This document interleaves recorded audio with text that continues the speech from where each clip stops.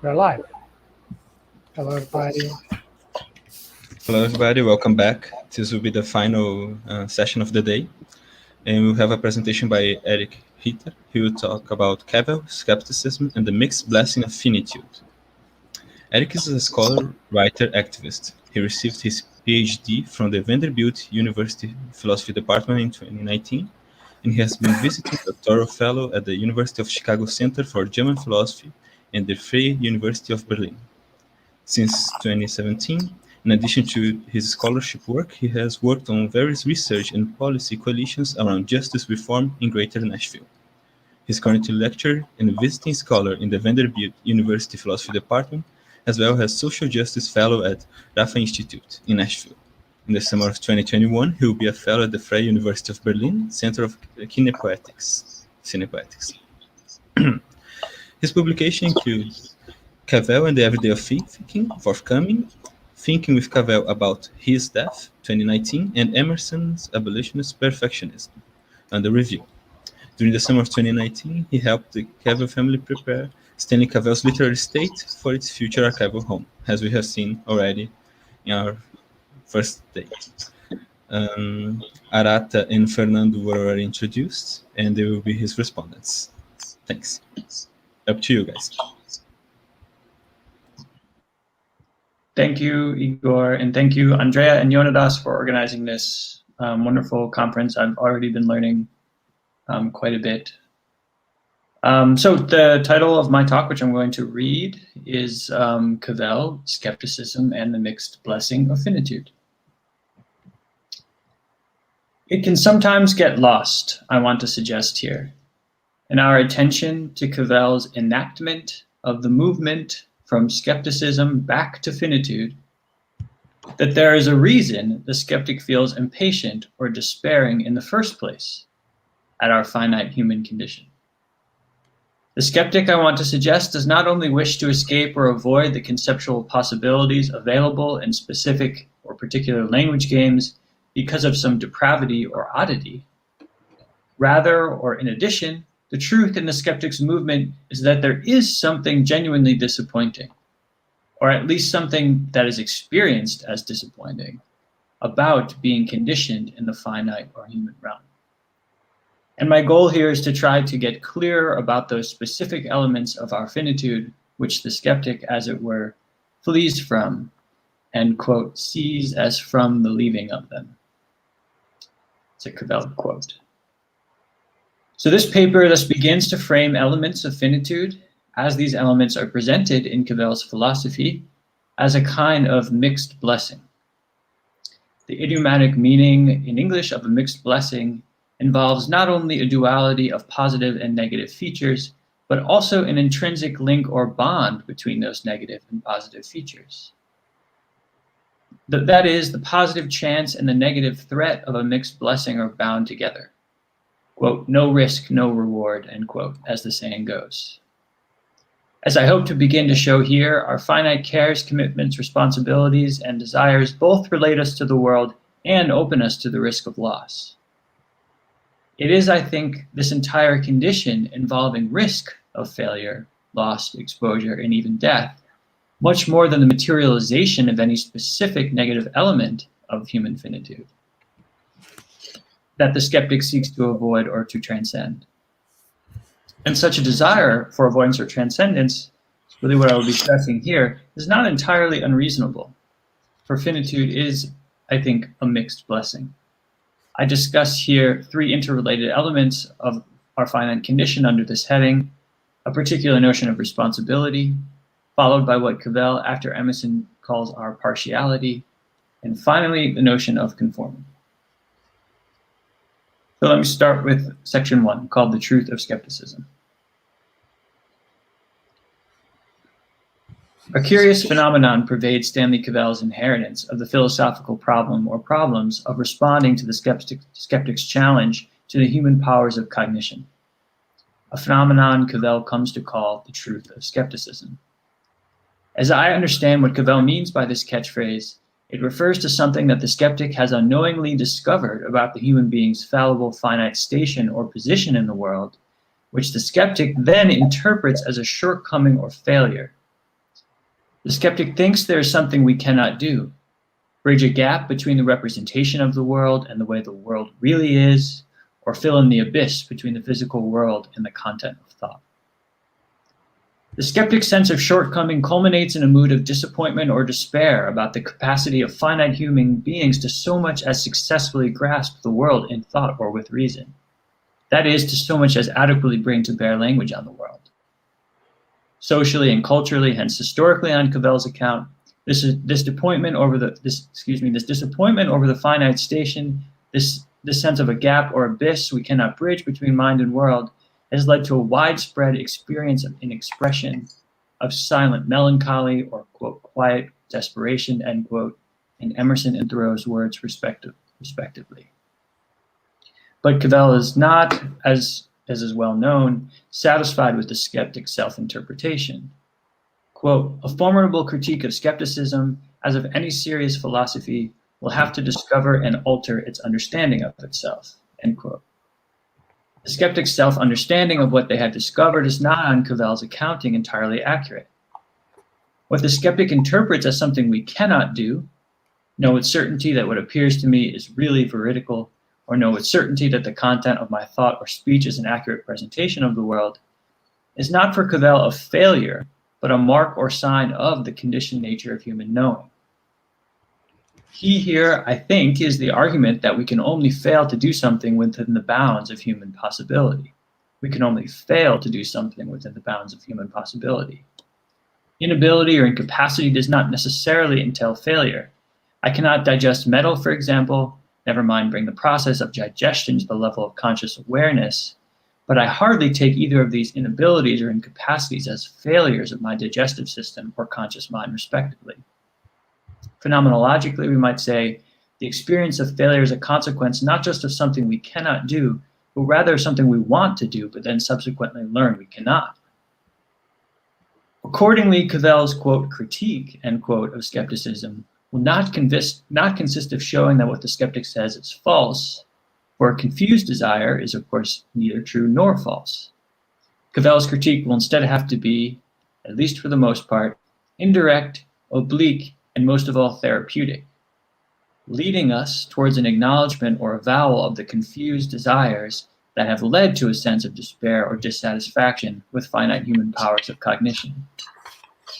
Cavell's critique or critiques of skepticism thus might be said to exemplify ways of inhabiting those conditions as conditions, rather than limitations. Generally speaking, his philosophy seeks to affirm finitude, showing its many positive edges, whereas the skeptic denies or disparages it. The deep, if broad, or general resonance with the aims of Kant's, quote, critical project in the critique of pure reason is, as Arata Hamawaki has shown, quite striking. In particular, Kant's critique of what Kant calls transcendental illusions. All this to say, even at this very general level, the point I want to try to make here about the relation between the truth of skepticism and what I'm calling or introducing as the mixed blessing of finitude can already be brought out with reasonable clarity. What Cavell calls the truth of skepticism is, I think, in its richest sense, not only the skeptic's uncovering of elements of human finitude, but also the skeptic's sincere experience of these elements as disappointing, lacking, or dissatisfying in some way. My view is that, despite Cavell's critique of skepticism in the fashion outlined above, there are still grounds to remain dissatisfied with our finite condition, and, perhaps most importantly, that a perfect reconciliation with our finitude in Cavell's philosophy is not only impossible, but also, as Cavell's own examples of the positive valences of unknownness suggest, and which I come back to at the end of this paper, a perfect reconciliation with our finitude is not only impossible, but undesirable. We are restless creatures, and that restlessness has its uses. So beginning now with the first notion of finitude that I want to call a mixed blessing, the second section is called responsibility. It's worth beginning by pointing out that the mixed blessing of finitude has not by any means been lost on Cavell's readers and critics, but the emphasis has tended to be from the skeptic's vantage point, as it were looking downward onto earth from the flight from finitude, and understandably so, as this is the position or perhaps style, Cavell often adopts in his writing. Thus, the trend among Cavell's readers has been, and again, understandably, to accent Cavell's diagnoses of skeptical problematics as avoidance of this or that element of finitude, emphasizing, I think, the fact of avoidance more than, to put it blandly or bluntly, what aspects of our finitude have been avoided. In this paper, however, I want to try and look out at skepticism from the unsettled shores of finitude, rather than at finitude from the apparent heights of skepticism. I want to do this partly in order to understand more fully the drive to leave those shores, and partly in order to better understand the geology of those shores, so as to be in a position to put Cavell into conversation with other thinkers of finitude, perhaps especially in religious traditions, who place less emphasis on the enactment of our return and re-inhabitation of that finitude, and we might say more emphasis on those notions, those aspects of finitude itself. One of the best known conditions of our finitude, and here I'm finally getting to the notion of responsibility, which the skeptic on Cavell's account aims to avoid, is the role of what Kierkegaard might have called inwardness, end quote, insomuch as forming a meaningful thought in words. As Cavell writes, and these are very well-known quotations, and Arata dealt with some of these this morning, or related quotations anyway. In philosophizing, we come to be, flip quote, in philosophizing, we come to be dissatisfied with answers which depend upon our meaning something by an expression, as though what we meant by it were more or less arbitrary. It is as though we tried to get the world to provide answers in a way which is independent of our claiming something to be so, end quote. It's from The Claim of Reason. Another quote, the philosopher wants to speak without the commitments speech exacts, end quote, also from The Claim of Reason.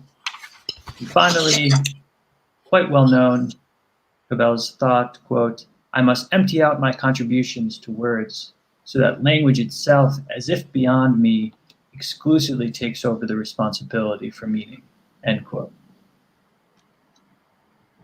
There are many issues here, but for the purposes of drawing out a picture of the mixed blessing of finitude, I want to focus only on the notion of finite responsibility.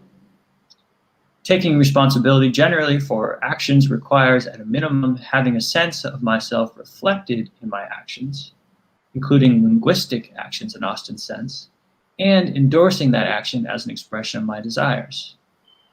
This need not mean, of course, that I explicitly endorse every action I undertake, but rather that I am generally capable of choosing for myself the ends of my actions and do so in particular cases. Hence, responsibility is conceptually closely linked to autonomy.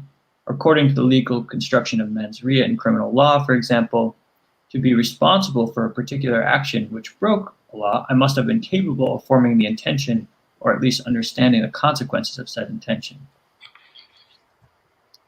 Perhaps the point here is that responsibility comes with risks and exposures.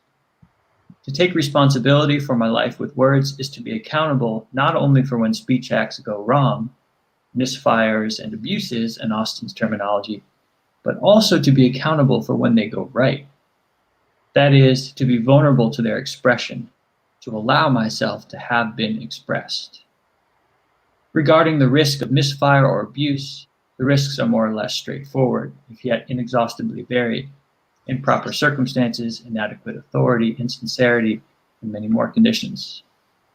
The risk of exposure, however, the other side of the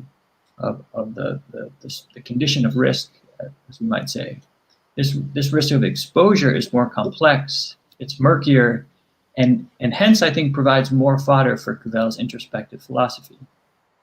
For if Cavell is right that our finite condition involves the difficult task of taking responsibility, not only for when words go wrong, but also for when they go right, then one can begin to get into view that the skeptic's drive is not just to avoid the negative edge of the mixed blessing of skepticism, the risk of misfires and abuses, but both the positive and negative edges, the dynamic shape or condition of our finite life with words altogether. In sum, the skeptic seeks to avoid not just particular misfires or abuses, but the risk of misfiring or abusing altogether. There are perhaps countless ways of countless ways of seeking to avoid such a condition of responsibility. But one of Cavell's best known examples comes from an interlocutor in the investigations who strikes his chest and says at a pivotal moment in the unfolding of the so-called private language argument, quote, "Only I can have this sensation." As I understand Cavell's frequent references to this impasse in the investigations, there is, first, a fantasy of uniqueness at play here, a form of perhaps solipsism that expands the self or shrinks the world. Second, this fantasy of uniqueness seems specifically designed to ward off the recognition of the sociality and historicity of language games, meaning not only that language games involve or necessitate the existence of others, but also that acknowledging one's own sensation will involve formulating it in terms essentially comprehensible by others. This second task, making the expression of a sensation public, requires letting go of, or quote, mourning, end quote, in Cavell's term, a particular desire to grasp one's own sensation in a way that is deeper or more certain than what the public avowals of that expression allow for. It's as if we feel essentially compromised or exposed by the publicness of language games, and hence by the historicity and sociality of language. And this experience inclines us towards skepticism. Whereas, if Cavell is right, such an experience of compromise ultimately leads us to, quote, abandon our words. Here's a passage from Cavell. "The idea is of our experience as our allowing the world to become near by mourning, not by grasping it, getting to it, but by letting its distance, its separateness impress us. Although this is not a mood for all times, without it there is no objective world for us," Cavell writes. This is from the interminable Shakespeare text in Philosophy the Day After Tomorrow. Cavell is well aware of how loaded this term, quote, objective world is. Yet he nevertheless suggests that mourning a certain desire to grasp the world, letting go of a certain desire for the world or of our sensation to be objectively present to us, is necessary for the possibility of having a shared, quote, objective, end quote, world, a world that can be responsive to our claims. The counterintuitive notion is that actively embracing a certain sort of loss or distance is necessary not only for responsibility over our life with words, but also necessary for participation in or engagement with a shared or objective world. So we can see here a link between responsibility as a condition of finitude and the possibility of the appearance of a shared, quote, objective world. That same idea, I think, came out this morning. And this leads us to a second condition of finitude, which we can understand as a mixed blessing, namely what Cavell calls partiality. So this is the third section called partiality. Cavell uncovers the concept of partiality so important to the later periods of his philosophy through his readings of Thoreau and especially after his earlier dismissals of him as a formidable philosophical figure, especially through his readings of Ralph Waldo Emerson. Partiality is an existential rather than existential with two L's, to borrow Heidegger's terminology. That is, any successful encounter with a shared world responsive to our claims about it will, on Cavell's account, involve what he calls partiality. It's a notion of the transcendental again here. But partiality itself is not directly observable. It is not a what. And any successful elaboration of part of a shared world is not identical with partiality, but is made possible, Cavell thinks, only because of it. So with that in mind, we can now turn to conditions in Handsome and Unhandsome, where Cavell returns to the concept of partiality several times, but perhaps the central elaboration emerges when contrasting what he calls partiality with Emerson's use of the concept of clutching. I'm about to read some quotes, but before I do, it will be useful to keep in mind Cavell's thought that mourning or grieving the desire to grasp the world as it is in itself, which requires letting the world become strange to us, this activity of mourning is necessary in order to get, quote, nearer to the world. As Cavell writes, quote, Emerson's image of clutching and Heidegger's of grasping emblematize their interpretation of Western conceptualizing as a kind of sublimized violence. Or to take another quote, about a page or so after this sentence in Conditions, the reversal of the unhandsome in our condition, of Emerson's clutching and Heidegger's grasping, called the reverse the handsome part, is what Emerson calls being drawn and what Heidegger calls getting in the draw, or the draft of thinking. Emerson speaks of this in saying that thinking is partial. So that's our Conditions, handsome and unhandsome. Partiality is a somewhat difficult choice of terminology. The first thing we might say here. It connotes a part of a measurable whole, say a particular arc length and a circumference. But I do not read Cavell as saying that finite knowledge is partial in the sense of being, in this basic mathematical sense, part of a whole. Instead, and I think this is quite difficult to grasp, I read him as saying that the partiality of the finite knower is or comprises or is the condition for their access to a shared world. To understand this better, it will help to return to the investigation's interlocutor, once again, who strikes his chest and repeats, "Only I can have this sensation." We saw earlier that this interlocutor has refused to accept the applicability of the public and social criteria of sensation language to their experience, and we saw that this was a form of avoiding the risk, not just of being wrong, but in fact of being right about the application of those criteria. We can now add that through such a refusal, this skeptic, if we want to call this interlocutor that, is also denying what Emerson would call the partiality of their knowledge of their own sensation, or their understanding of their own sensation, or their access through words to their own sensation. That is, the strangeness or uncanniness of having a sensation, and yet only being able to think or speak about it in terms accessible to others. If I have a sensation, it would seem that it is mine, and mine alone. That's what the interlocutor says, who says, "Only I can have this sensation." Yet as soon as I begin to articulate that experience through or with public and shared criteria, my ownership of that experience starts to use Emerson's term, slip through my fingers, end quote. This is the, quote, evanescence and lubricity of all objects of experience, end quote, on Cavell's Emersonian account. So in Conditions, Cavell goes on to explicitly link this notion of partiality to finitude, writing that, quote, the possibility of recognizing my finitude or separateness is the question of realizing my partiality. In linking finitude to partiality in this way, and partiality to the uncanniness of the world in common made possible by the sharing of criteria, Cavell links finitude to the strangeness in the sense of loss which comes with accepting our vulnerability to that shared world.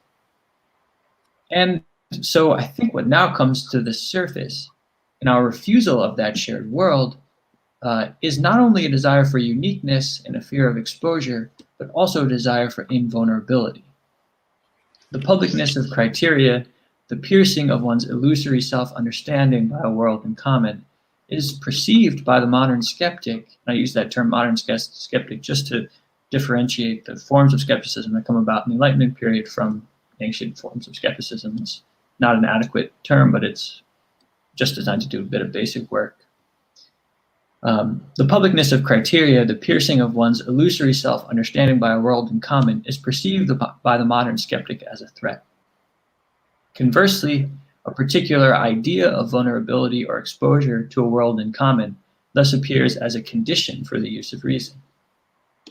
And this leads us to the third and final element for this presentation of the mixed blessing of finitude, which the skeptic wishes to avoid. And perhaps this is the most ensnaring of all, namely conformity. So this last section before the conclusion is called conformity. The question arises, if it is correct that the skeptic seeks to avoid the responsibility and partiality in being known or exposed to a shared world, and if an acceptance of finitude requires embracing that partiality, then on Cavell's account, does embracing finitude require simply becoming a party to that shared world with no say in the matter? In other words, does the acceptance of public criteria and of partiality necessarily negate our differences from each other, and lead to, quote, conformity or the lack of individuation. Moreover, what about cases in which submission to recognition by public criteria would demand that I see myself as less than human, as, for example, has been the case for most of the Earth's population under European categories of identity since the Enlightenment era? So here's the juncture at which I think Cavell's account not only becomes political, but also our finite condition is the most difficult to bear, and thus perhaps by direct proportion where skepticism is the most natural. For notice the increasing levels of difficulty here. It is, if what I've been saying is right, difficult enough to accept finite responsibility for our linguistic acts. It is arguably even more difficult to accept finite partiality and hence vulnerability to a shared world as conditions for our participating in that shared world. But now it seems that that very acceptance of our finitude has ensnared us in a trap of conformity or sameness, or even worse, in a trap of recognition by a power structure in which, in order to recognize myself, I must de- or subhumanize myself. Such a condition of, quote, false necessities, to use Cavell's term that he pulls from Thoreau's Walden, seems to be exactly the sort of condition I was hoping to escape from. And yet, by accepting my finitude, I've ended up digging my hole deeper. It's as if the deeper into my finitude I go, the harder it is to bear, and the more natural my drive toward skepticism becomes. I want to move toward a conclusion by outlining 3 distinct responses to the issue of conformity that Cavell offers at various places in his work. The first is the expansion or projection of words or concepts into new contexts as an organic possibility of the criteria which govern those words or concepts, leaving room for individuation even within a shared dependence on or exposure to ordinary language. Obviously, I'm not doing this in thought justice here, but in one of the essays, It Must We Mean What We Say, I'm now forgetting which one, he calls the possibility of language the possibility of metaphor.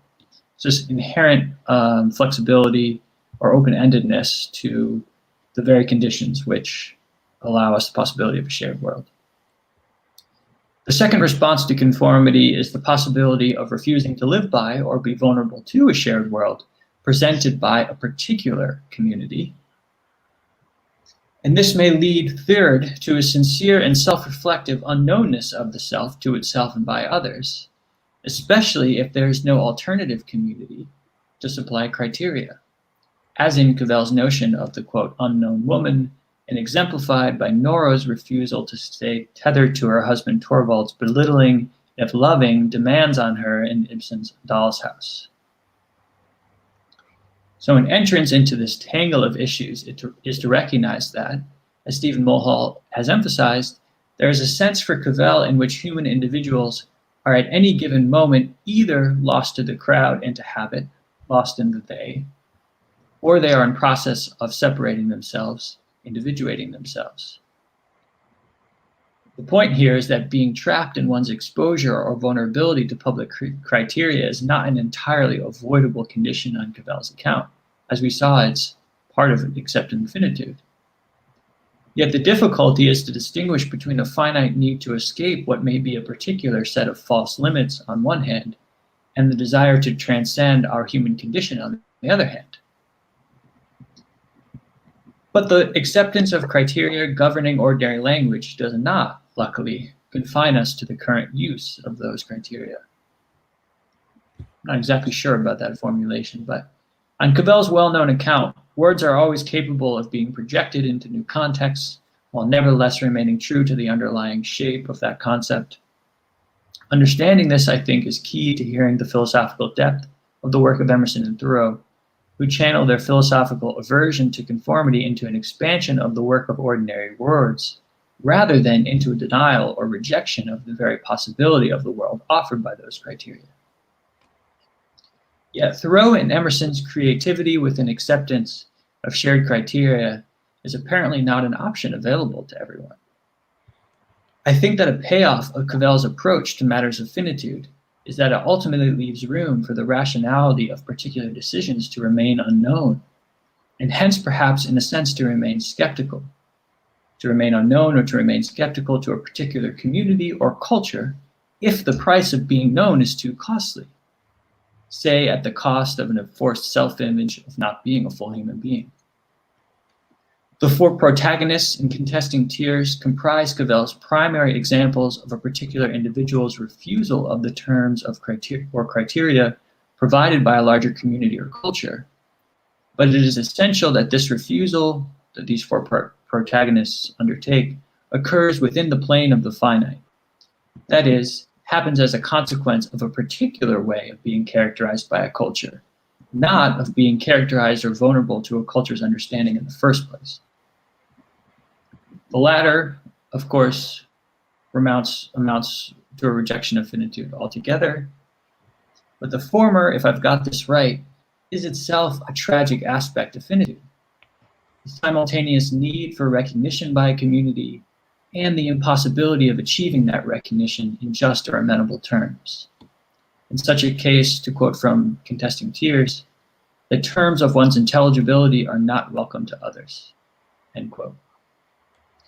So here's my sort of question, and then I'm at my conclusion. Is this second, tragic possibility of finitude, the desire for recognition and the simultaneous impossibility of its proper or achievement without losing oneself, is this tragic possibility not emblematic of yet another mixed blessing of finitude? Does such a tragic possibility not provide yet another reason to desire something more? Something beyond our current condition. So as a conclusion, and to sort of summarize,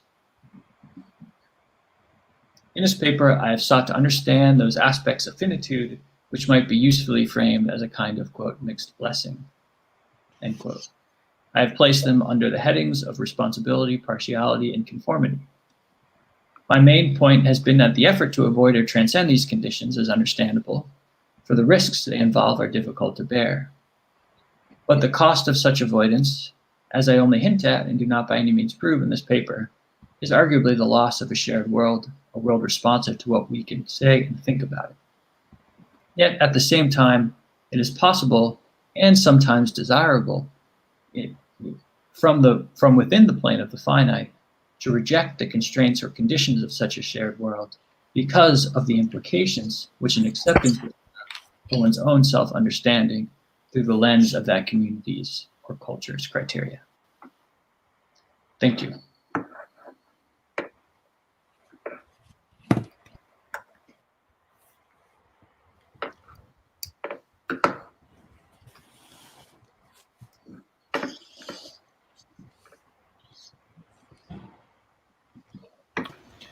Thank you, Eric.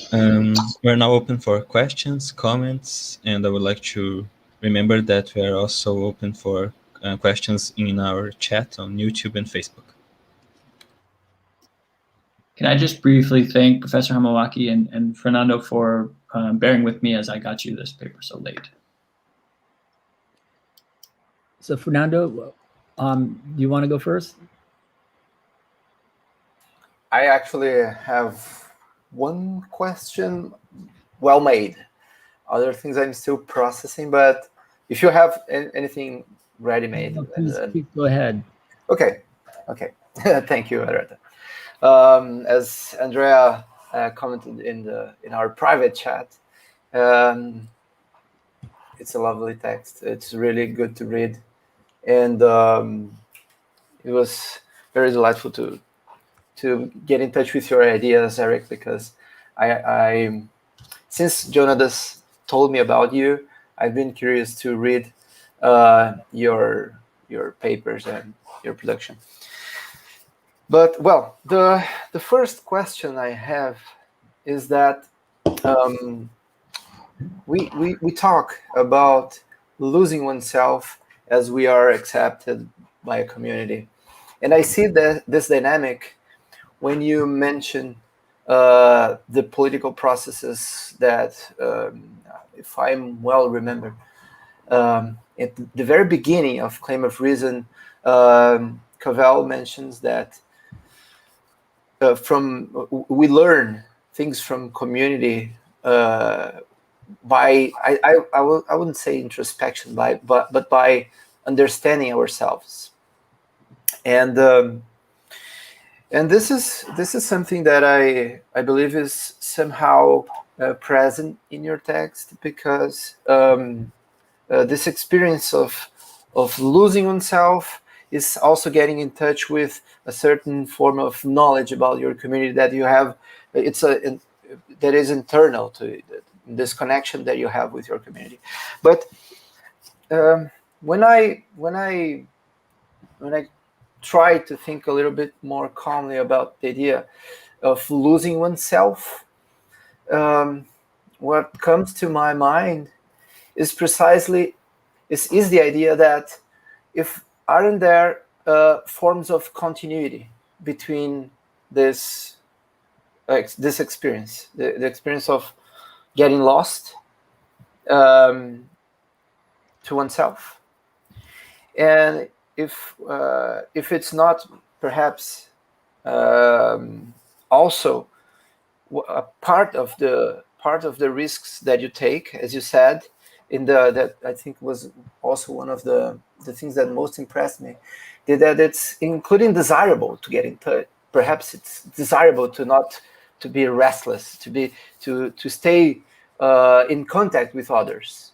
Perhaps the idea of the idea that we are aiming at here is that this contact with others is perhaps one of the features of or one of the main characteristics of our form of life, that we are naturally curious for this getting lost. So my question, which is a little bit mixed with the comment, is that if you don't see the possibility that this continuity between the lost self and the possible self to come is also part of the composition of partiality and of conformity, that this tension is also in the game.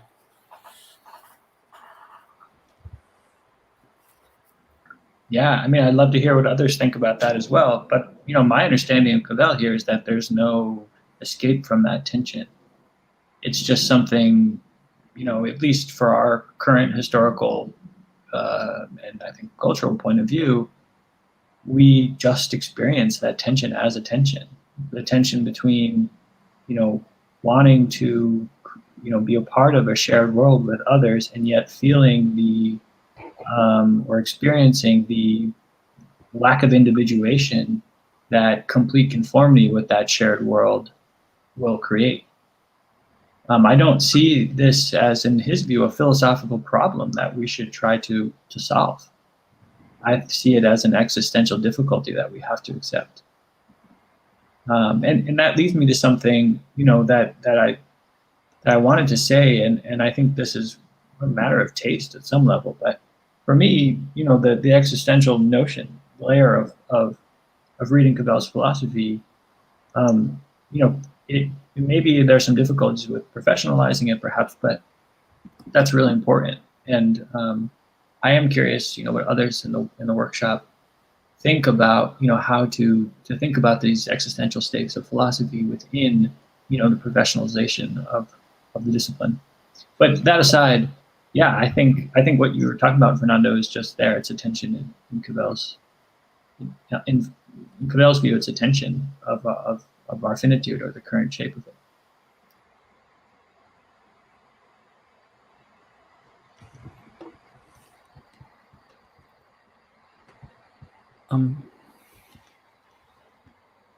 Sorry, I was asking if Arara, if you want to continue, because I'm still I want to reread passage before I do any other questions. Okay. Okay. Well, thank you so much, Eric. That was a really interesting paper, and like interweaving of a lot of sort of difficult and rich themes. So I think like one of the themes of the paper, which I'm like completely on board with, is just like the difficulty of acknowledging finitude, which I think is something that you're really stressing, and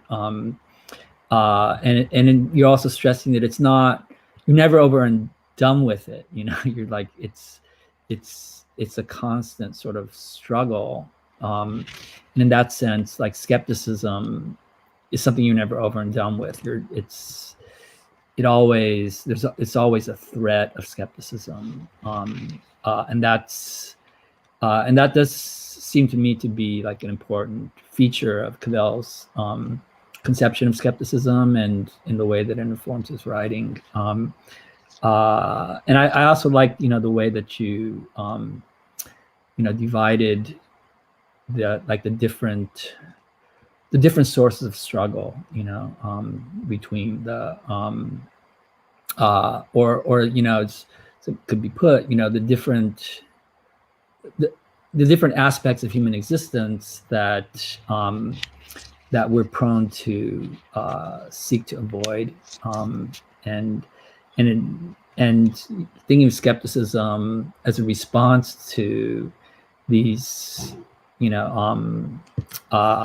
existentiala, of human existence. So I thought a very sort of a really nice approach. So yeah, I guess I have a couple questions about like some of the details and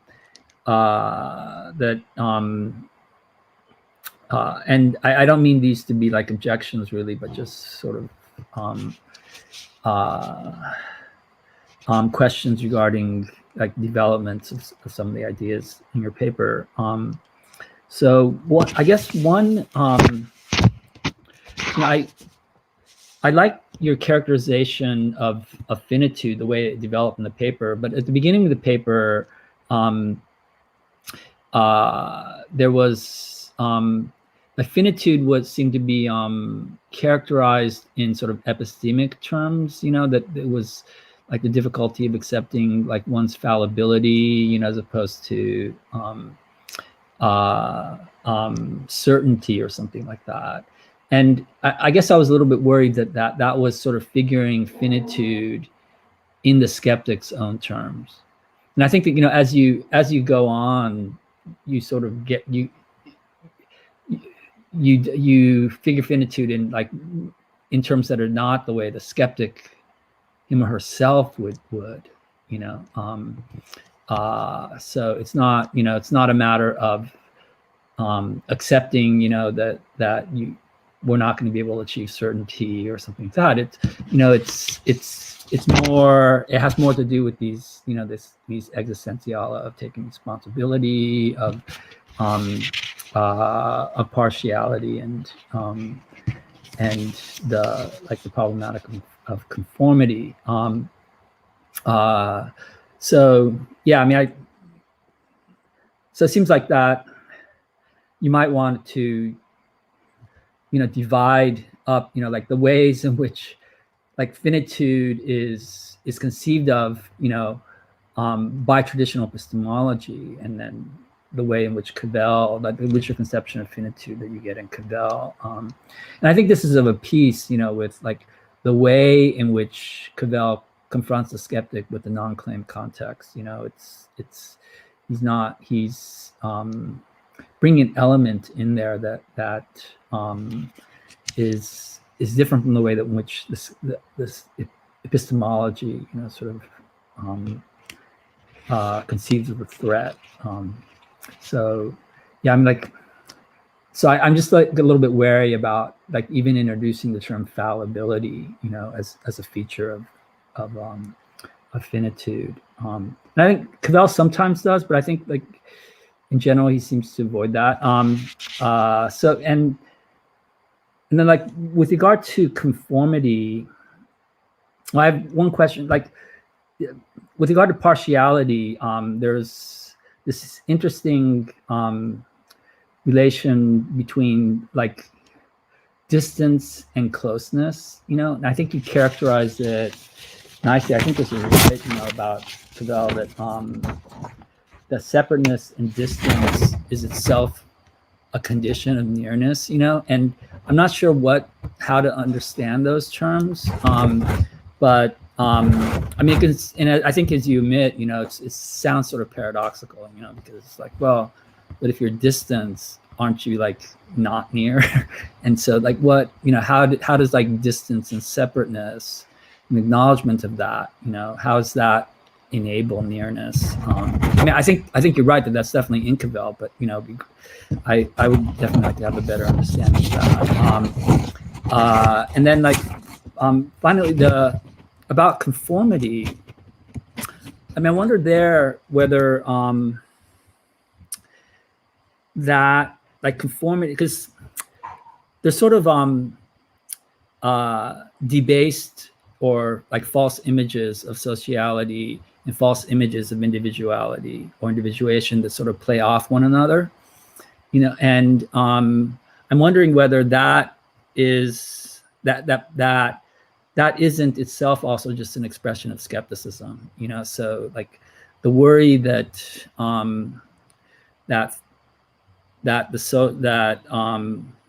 like acknowledging one's like dependence on sociality is somehow going to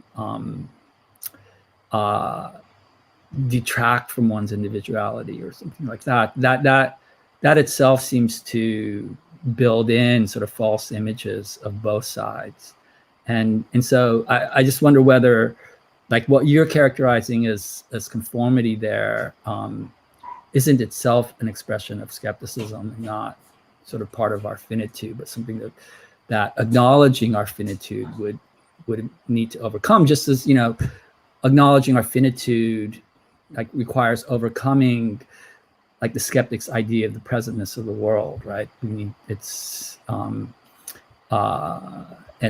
so it's a matter of sort of getting beyond these false images of things that are important, that are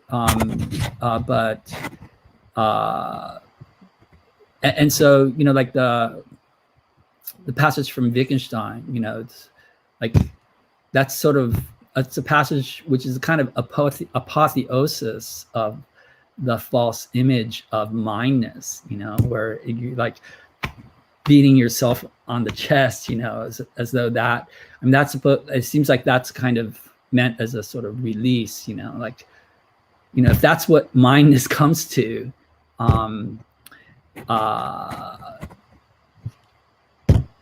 that's then who cares, right? I mean, that's so, yeah. So, anyway, I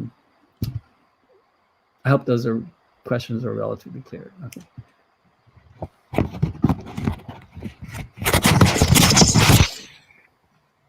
Wow, thank you so much for that, Rata, especially just given the short window. None of them I'm going to be able to respond adequately now. I guess, but let me start with the first one, which is the fallibility. I would like to hear more about that, because I mean, I think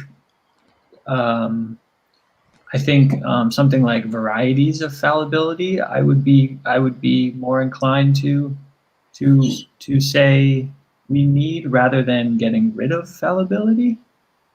But I suspect this is something you've thought more about than me, and so I would like to know why fallibility necessarily involves the skeptic's view of finitude, because it seems to me like the notion of retaining the concept, of criteria, if I'm that I might be wrong, but when I'm wrong, I still retain the concept.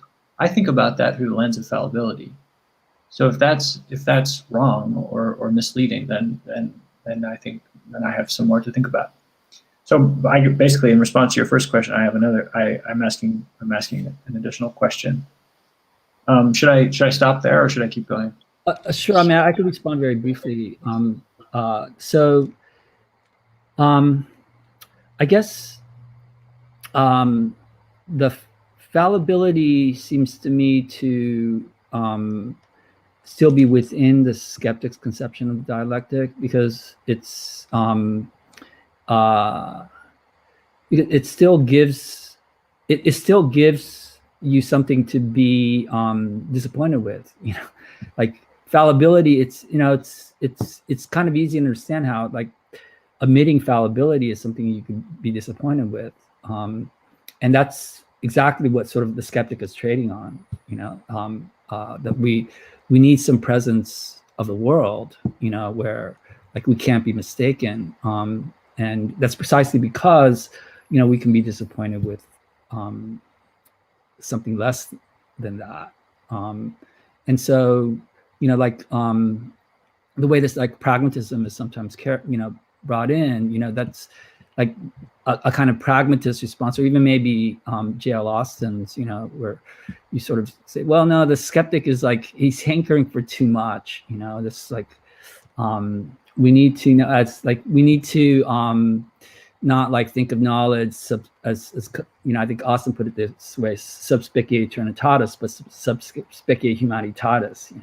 and that's not disconnected, I think, from the way, like, Cavell's response to skepticism, but of course Cavell rejects that type of response, and so and I think his rejection of it is connected to his understanding of grammar and the grammatical. So, like, you mentioned, like, expression of pain is the criteria of pain are, like, belong to the grammar of the concept of pain, where, and then in Cavell, of course, like, he distinguishes that from evidence, or like fallible evidence or something like that, and pain is, so to speak, present to us through criteria rather than through evidence, fallible or not. So so anyway, that's why I'm thinking that fallibility, or like the admission of fallibility, is still in the epistemic register, and so it seems like it's still not, like, absorbing the truth of skepticism.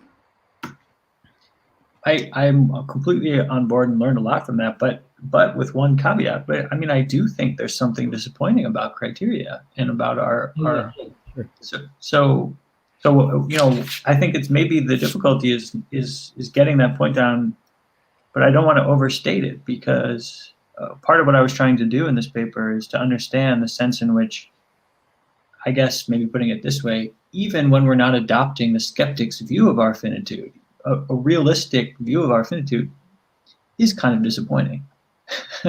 Yeah. Maybe it's a different sense of disappointment than the skeptic's disappointment. Yeah, no, I agree. I think it's sort of tricky, we can't, I think, I mean, would it be fair, though, to put it like, we can be disappointed, we can find criteria disappointing. I don't know if that means that criteria are disappointing, but that we can find them disappointing.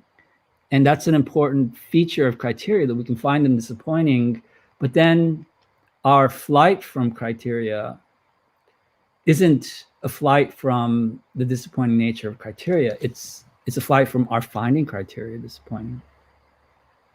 And that's a possibility that's built into criteria. That doesn't mean that they are disappointing. That makes any sense. Yeah, no, that makes sense. I want to go to the second question, because they're also good. Yeah. This was the question of the paradoxical notion of distance and separateness. The Cavell's notion, as I understand it, taken from Emerson, that in order to bring something near to us, we have to mourn a certain ideal of objective presence, or of its closeness to us. So the nearness sort of implies a kind of distance, and Rati, your question was like, how do we make sense of this? I think totally that the paper does not really do that justice. I actually think the person who's best on this is Thoreau. I think Thoreau, not necessarily making it clear in the sense that we might want here, but this dynamic of only something can only become near when it's strange, or we can only find insight, when we're in a certain sense lost, that paradoxical shape or something is just everywhere in Thoreau. But I guess and another response I have, and these are just like tabs to further think about it. I have looked at Heidegger's notion of de-distancing being in time to understand this, because he talks about Dasein as essentially de-distancing, and he has this play between objective presence, or his name for that, and the being in the world, and I guess one way to go would be to use that Heideggerian move and say that notion of something being far from us in the traditional sense is somehow parasitic or dependent on something being far from us and also being near to us. So I think I have a lot of resources to address that question better, but I think that sense of paradoxicality might just come from, on the one hand, we're using nearness and farness in the measurable sense, and on the other, the everyday measurable sense, inches, centimeters, whatever. And on the other hand, we're using it in this existential sense. Maybe it's just about differentiating between those two uses of the terms. Mm-hmm. Yeah, I mean, Heidegger, like later Heidegger does. I mean, it's been years since I've looked at some later Heidegger, but yeah, he does talk about. Is it in what is called thinking? I don't know, but like he does talk about distance. That like the modern age is an age in which like all distances are sort of canceled or something like that, and this is and he does. It does seem like I mean, I think you're right that it's in Thoreau, but it does seem that definitely you're right to that it's a Heideggerian theme, and and Heidegger, of course, I think he says something like, by distance I don't mean like something you can measure with a yardstick or something. It's like, I don't mean that by distance. I mean some other thing, and I probably something like that is going to apply to what development as well. But yeah, I would definitely like to get clear on that. That itself would be a good paper topic. On the third point, I'll just be brief because Leonidas, you might wanting to move us forward. I sort of have a similar response to the first point about fallibility, which is that I take to heart and really appreciate this notion that perhaps that I need to be clear about the skeptic's presentation of an aspect of our condition versus it not seen through the skeptic's eyes or whatever. But similarly with fallibility, that dynamic that Fernando was bringing out, is that not a somewhat disappointing element of our condition, even without the skeptic's goggles on? And maybe this is a personal question or, an individual question, but are we not inclined to sort of move towards sociality and then become dissatisfied with our with communal life, and then is that dialectic just a consequence of skepticism, or is that a part of finitude? Yeah, no, I think that's like a very big question. But I think it seems like there's sort of debased conceptions of sociality. And there's also like debased sociality, like and there's like, I guess, like the skeptic, like it's both. I think like Emerson, Heidegger, and Cavell, like all three of them think that a society can itself just be characterized by conformity. That it's that's just sort of an existential possibility. And in that case, it seems like you wonder what like the response to that is supposed to be. I mean, I guess like moral perfectionism has to do with that. But yeah, I mean, it does seem like, but I guess I don't know if either of them involve like a flight from sociality so much as a transformation of the social. It's like either it's a transformation of the idea of sociality, in philosophy, or a transformation of sociality itself, as it exists in a particular society. But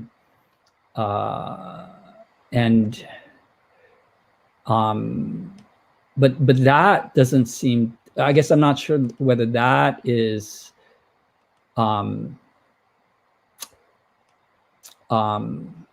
matter that's somehow inherent in our acknowledgement of finitude. I mean, like our here sociality, I think is inherent in our finitude, but I'm just wondering whether conformity, I'm certainly the threat of conformity is there, but whether conformity itself, I guess, is there.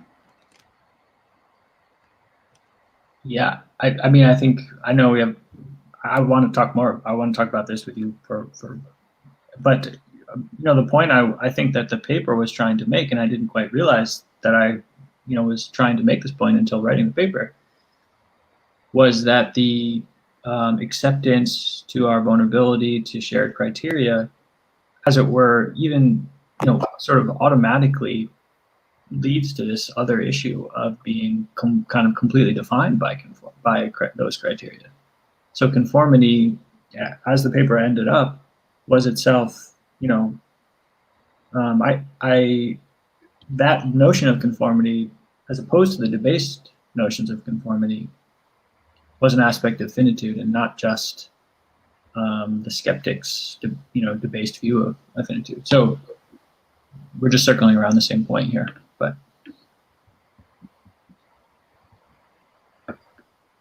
Thank you so much. Really, thank you. These are such good questions, and I really need to make clear, both for myself and in the paper, that debased picture versus the kind of hard, clear-eyed view of finitude.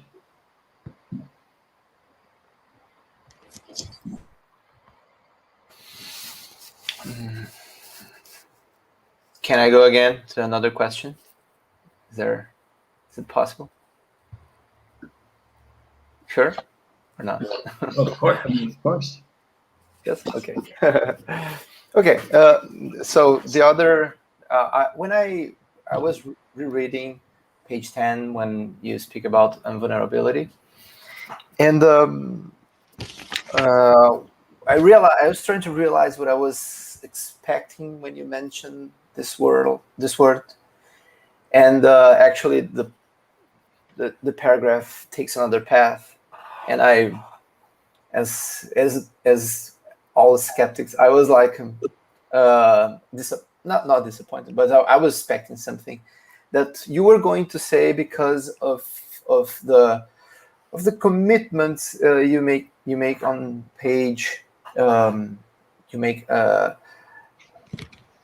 the ideas that you make about the European categories of identity since the Enlightenment era, and well, the idea that came to my mind about vulnerability or invulnerability was that since we have in Claim of Reason a violent reaction to skepticism, to the skeptic frustration, which is Othello reaction to Desdemona, I was thinking that.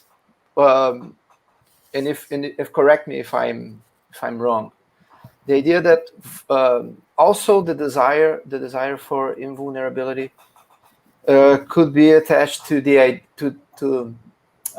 being invulnerable to violence, like as if one of the desires, the underlying desires that you may have in mind when you're in the process of losing yourself and becoming part of, and trying to conform to community, would be the desire to be invulnerable to violence. Again, if and of course this is political, but also as you mentioned, the vulnerability of not being wrong and the pay you have, and the price you have to pay is that if you cannot be wrong, you also cannot be right. You lose the capacity to be meaningful. But again, the idea of vulnerability, does it has also a connection with this with the violence of skepticism in your view? I'm not sure if I'm going beyond the idea, or if it's implied and it's just not the path you opted to follow. Fernando, I think more of the latter. I think, if I'm grasping this correctly, I mean, I don't think that what I do with vulnerability in this paper exhausts Cavell's treatment of the issue by any means. Mm-hmm. I do think, one of the things that came out of writing this paper for me was this particular valence of the skeptic's desire for invulnerability that comes from so much as submitting oneself to shared criteria. That somehow shatters our desire for invulnerability. I think that's really part of Cavell's thinking, and that's what I was trying to grasp here. I think there are other uses of the concept of vulnerability or invulnerability in his work. Okay, thanks for your answer. It helps. Jonathan. Should I? Well, Eric, thank you for your paper, and the discussion with all of you was pretty interesting. I had one original question that I can go back to if we have time, but I had a follow-up concerning the second question that Arata raised, and you started to reply at least about that idea of nearness. And I was thinking that perhaps it's useful. I agree with you that Thoreau, it's clearer on this than Cavell, but perhaps it helps to think again about the parallel between the external world and other minds' case, and think about what is. I think there are two different images of nearness. One of them is kind of illusory, fantasy, and the other one is supposed to be the real one, the one that it's implementable in the real world. The fantasy has to do, in the case of other minds, with possession of the other, as we were discussing in some other discussion before. It has to do with, the other, in a sense, has to disappear. If I am supposed to have a relation that this is kind of the solipsistic fantasy of the world becoming near and the others becoming near. They become me, in a sense. But that means that they are not separate any longer. So this is, I think, the illusion, the fantasy, the temptation that guides the skeptic, for example. And what would be the antidote? So, and in that sense, I think the idea of nearness and separateness together, there needs to be something like a relationship in which the other is not obliterated, is not, it doesn't become part of myself. The other is separate. But also there is a kind of, when I love someone, for example, genuinely love someone, there is a kind of relationship in which I am supposed to accept the other as other, not as part of myself. And I think, to go back to Fernando's example of Othello and Desdemona, that's precisely what is lacking in their relationship. Othello is not capable of opening himself, exposing himself actually to that separateness and to accept Desdemona's love. And I think there is a parallel in the case of the external world. It's harder to, to say what it is, but I think it's the opposite of the solipsistic fantasy of the world becoming part of my own experience. So there is a sense of coming near to the world, but the world is still separate. I can, discover that I was wrong, that it's risky. I'm always exposing myself when I judge something about the world. So that's just some thoughts about that idea. Yeah, no, thank you so much. And that what that makes me think of is, perhaps part of the difficulty of getting this down is that it too is an existential in a sense, that it's not something that we can capture definitively, but it's something that in different kinds of investigations has a different role. That's part of what your response made me think of. And I think Andrea had a point here. Should I ask Andrea, or are you going to ask?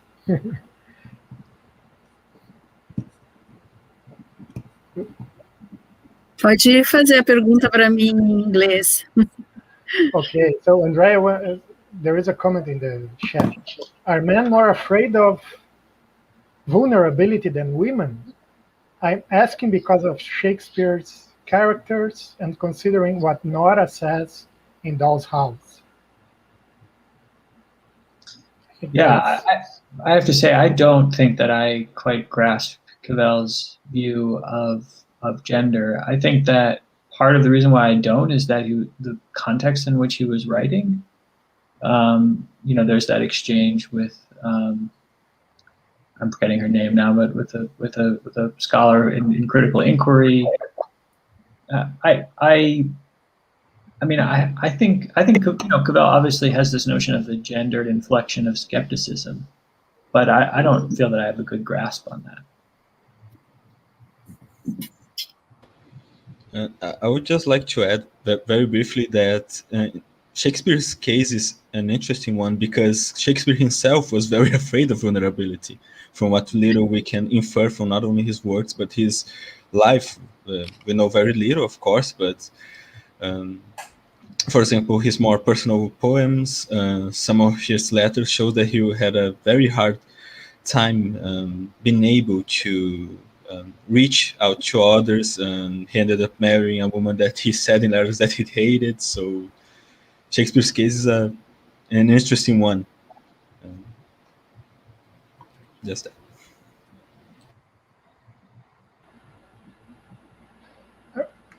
I would like to hear more about the gender difference, but perhaps I would like to understand that too. But I remember at some point, I think it is Stephen Mulhall in his book on this point, he has some paragraphs on this point about the difference between the genders.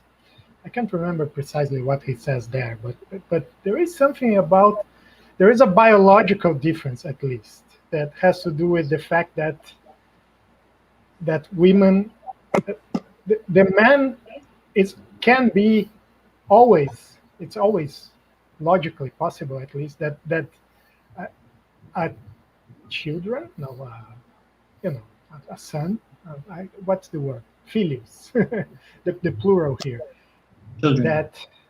That children can always, a child that you have with a woman can always logically not be yours before DNA, and so that kind of thing. There is a kind of biological reason why men are always more prone to doubt. That's not all of it, of course, but I think that's kind of part of the explanation that I think we could explore and think about the psychological implications of that, and then the philosophical implications and the metaphysical implications. But that is just a thought. It's something that I would like to know more about. Should we go to the question in the chat? Fernando wants to say something about it? Well, just to comment a little bit because I was particularly interested in what Andrea brought about. And I remember the idea that the gender inflection of skepticism, perhaps that when we read men and women, we should be aware that what is internal to the logic of skepticism is not the man, the male body, but the idea that the active side of the relation is the one who's in the very beginning of skepticism is to be frustrated. So when the skeptic, with his wish to control and know in the absolute sense, he's the active side is the side to be frustrated. And that's why we identify this with the man. And that's perhaps why you have connected the idea of vulnerability of men being more akin to happen in skepticism. And of course, as Eric said, the context where Cavell is writing is much more liable to have these identifications more entrenched. And we don't see exactly the idea of the active side or the passive side. When, for example, when in skepticism about other minds, the women is sometimes the passive side. Yes. And, but it doesn't mean that it has to be women. It's just the passive side. Not And biological. Yes, I think that's the idea. How we should read if we are to be, more to not go against not go against Cavell, but to amplify the meaning of his words, I think. Yeah, I mean, is there any connection between this issue of like the gendered character of skepticism and the idea in like Pursuits of Happiness that it's like that, like the future of society sort of rests on the education of the woman? I mean, I don't know how that would go exactly, but it seems like, if the suggestion there is that like the overcoming of skepticism is one that sort of has its locus in the woman and not the man, that I don't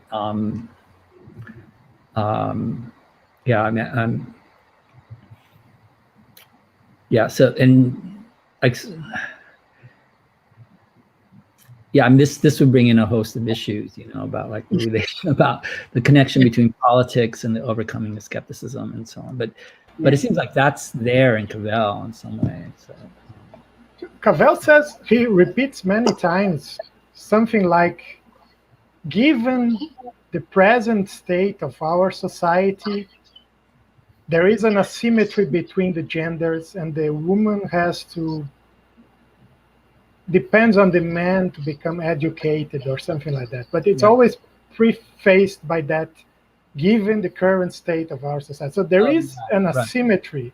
It's just a fact about paternalistic societies, but it's a fact that has implications for that difference too. So I suppose I was talking about the biological kind of basis, but of course that's not all of it. So that becomes somehow transformed in our social institutions, and I don't know. So there is that level too. Yeah, well, and in many of the themes, like in many of the films, like Cavell points out that for example, in It Happened One Night, where like the Clark Gable character is like trying to educate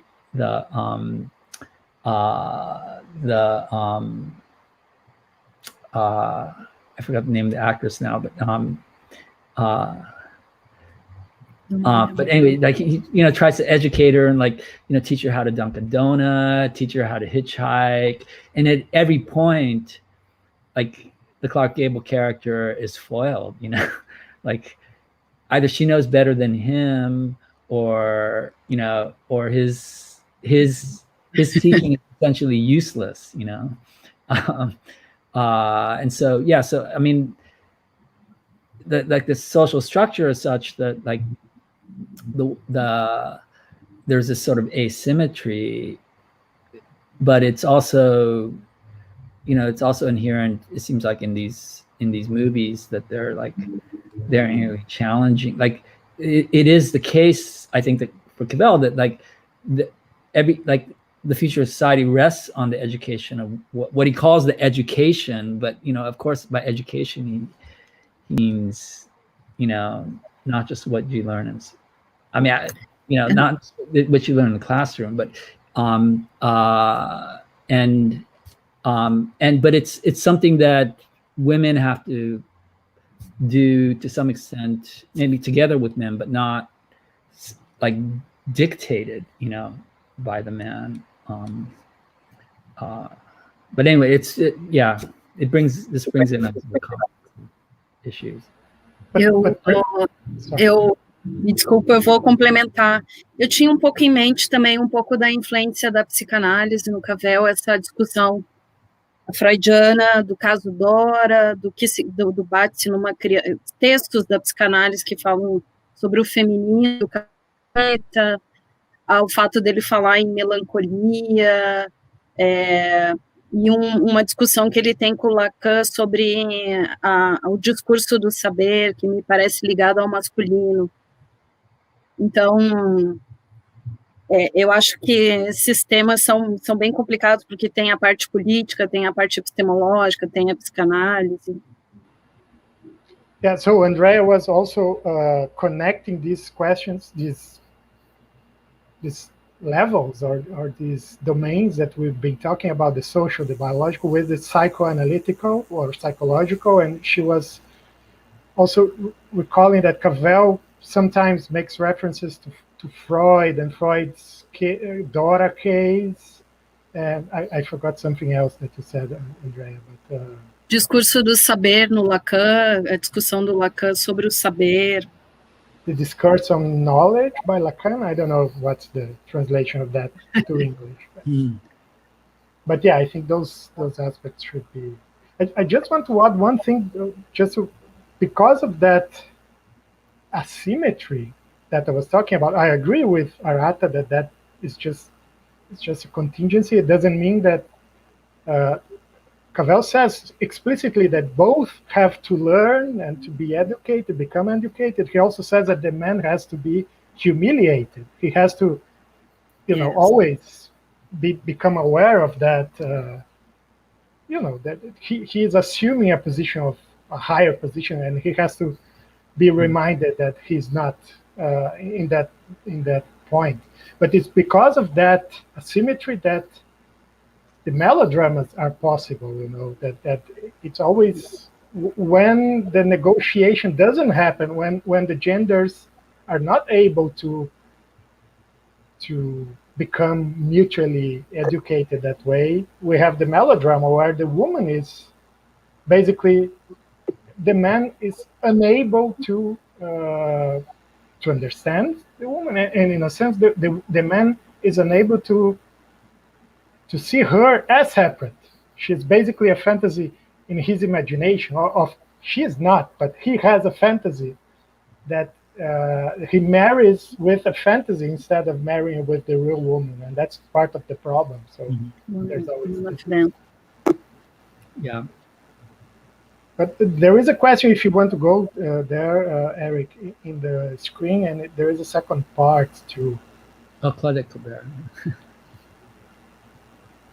How similar can be the attitude of avoiding our communality in order to reflect upon our commitments and the privacy problem faced by the skeptic when oneself is lost?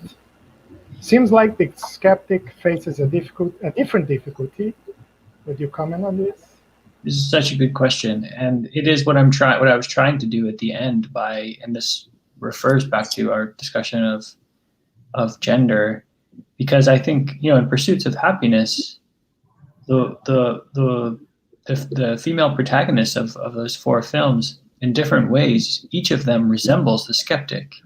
I mean, they purposefully refuse the criteria or the terms by which they would be recognized by the broader society in order to kind of dwell or live in this unknownness. And, I think Cavell leaves it really ambiguous whether that's necessarily tragic. I think upon first reading Pursuits, I thought, oh, this is the kind of darker or melancholic analog to Pursuits of Happiness.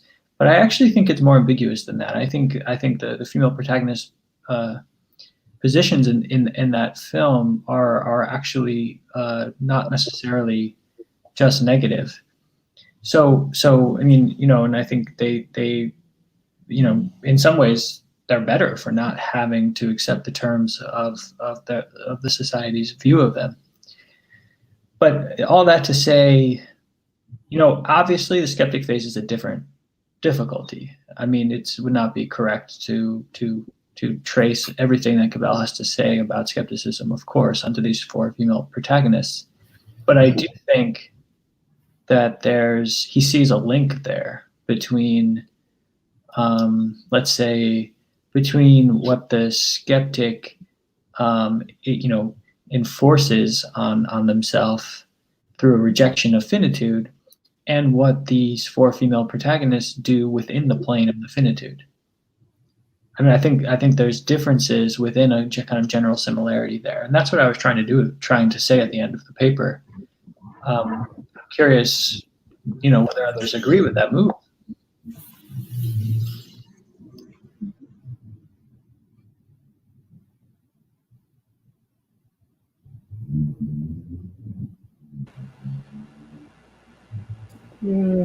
Nobody else has question. I had one that I can go back, but I already made one, so somebody else would like to. Well, maybe there is. Let me find a passage that I would like to just basically ask you to say more about this, because I'm interested in. I can't copy it, but just a minute. Yeah, it's about the negative and the positive edge of the mixed blessing of finitude. And you basically said at some point, if Cavell is right, our finite condition involves the difficult task of taking responsibility, not only for when words go wrong, but also when they go right, etc. But I was curious to know more about these. What exactly is the positive edge in relation to what happens when our words go right? What is it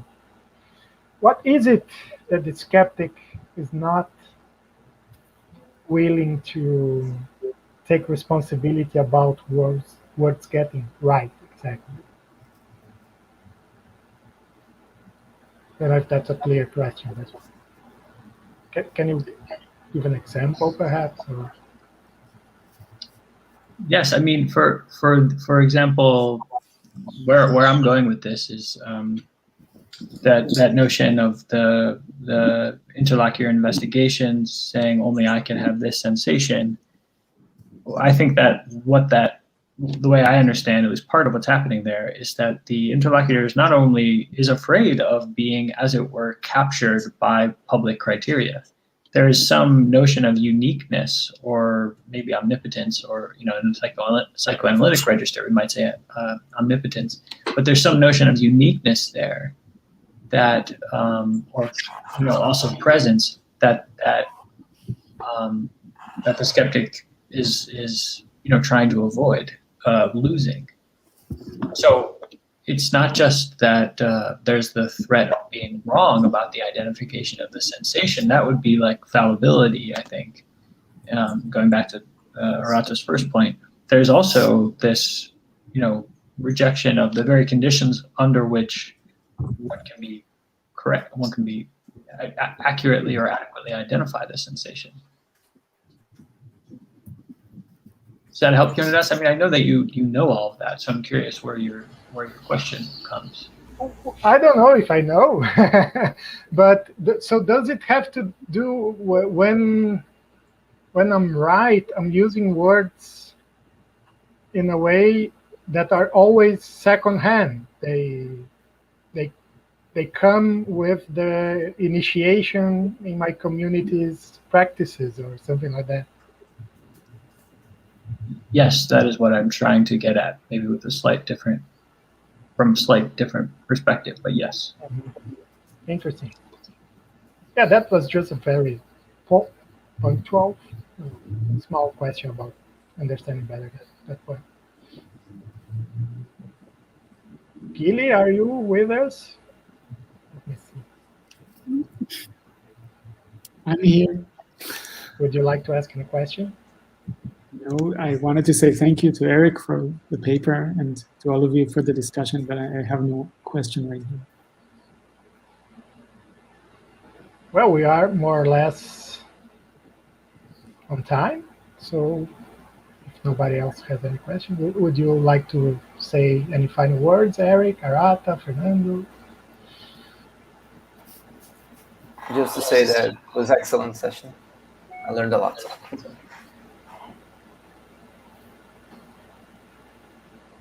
Thank you all so much. I enjoyed the session also. Thank you. Okay, guys, that was great. I'm tired, but it was a great discussion. I hope I will recover forces for tomorrow. So see you, everybody, tomorrow. Thank you very much. Bye, everybody. Thank you.